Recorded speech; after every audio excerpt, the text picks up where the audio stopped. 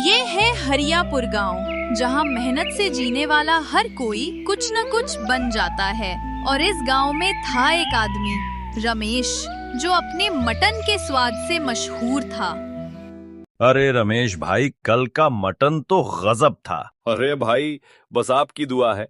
ताजा माल रोज लाता हूँ, कोई मिलावट नहीं। यही वजह है कि सब तुम्हारे यहाँ ही आते हैं।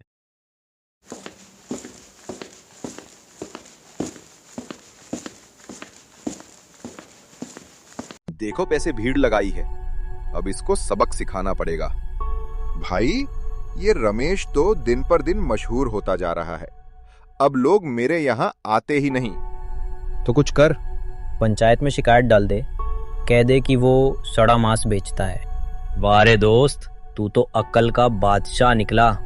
कल देखना, रमेश की दुकान बंद होगी और मैं फिर नंबर 1 बनूंगा। हमें शिकायत मिली है कि रमेश गंदा मटन बेचता है। क्या ये सच है रमेश? नहीं मुखिया जी, मैं रोज ताजा मटन लाता हूँ और साफ सुथरे तरीके से काम करता हूँ। झूठ बोलता है, मैंने खुद मरा हुआ जानवर देखा उसके दुकान के पीछे। सच में?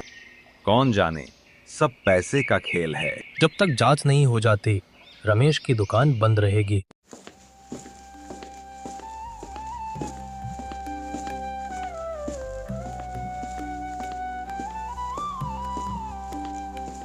क्या हुआ जी, इतनी जल्दी दुकान क्यों बंद कर दिया आपने? सब ठीक है ना?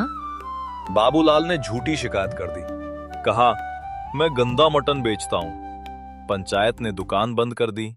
अब मैं बाजार दुकान नहीं खोल सकता। हमारा खर्चा कैसे चलेगा, कुछ समझ नहीं आ रहा। कभी कभी सच्चाई को भी वक्त की ठोकर खानी पड़ती है। जिस काम को ईमान से किया, उसी पर इल्जाम लग गया। तो क्या हुआ? बाजार में दुकान बंद हुई है, हाथ नहीं। घर से काम शुरू करो, तुम्हारे स्वाद को गांव वाले खुद बुलाएंगे। तुम सही कहती हो सीता, मेहनत को कोई बंद नहीं कर सकता।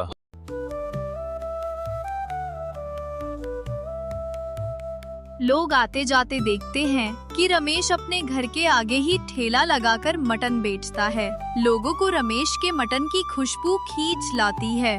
लो भाई, आज से मटन यहीं से मिलेगा, घर का, देसी और सच्चा। अरे दुकान तो बंद थी ना? दुकान बंद है पर स्वाद नहीं। लीजिए, खाकर स्वाद बताइए कि कैसा है। भाई वाह, पहले से भी ज्यादा स्वादिष्ट। धीरे धीरे रमेश के घर पर फिर वही भीड़ लगने लगी। जहां झूठ ने रास्ता रोका था, वहां सच्चाई ने रास्ता बना लिया। बाबूलाल रमेश के घर के आगे से गुजरता है और भीड़ देखकर चौंक जाता है। अब तो ये घर से बेच रहा है, मेरे पास तो एक मच्छर भी नहीं आता। क्यों आता? लोगों को तो अब सच्चा स्वाद मिल गया। बाबूलाल अपनी हार मानकर कहता है, सब किस्मत का खेल है यार।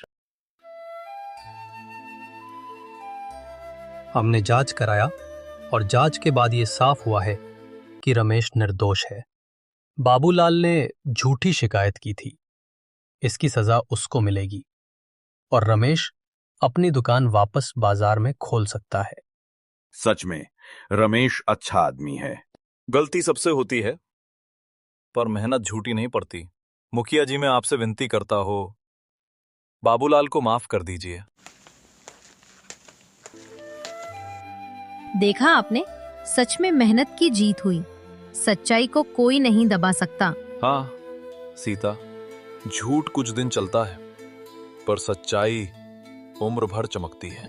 रमेश ने साबित कर दिया कि जब दिल साफ हो तो दुनिया की कोई साजिश बड़ी नहीं होती। सच्चाई देर से जीतती है, पर जीतती जरूर है।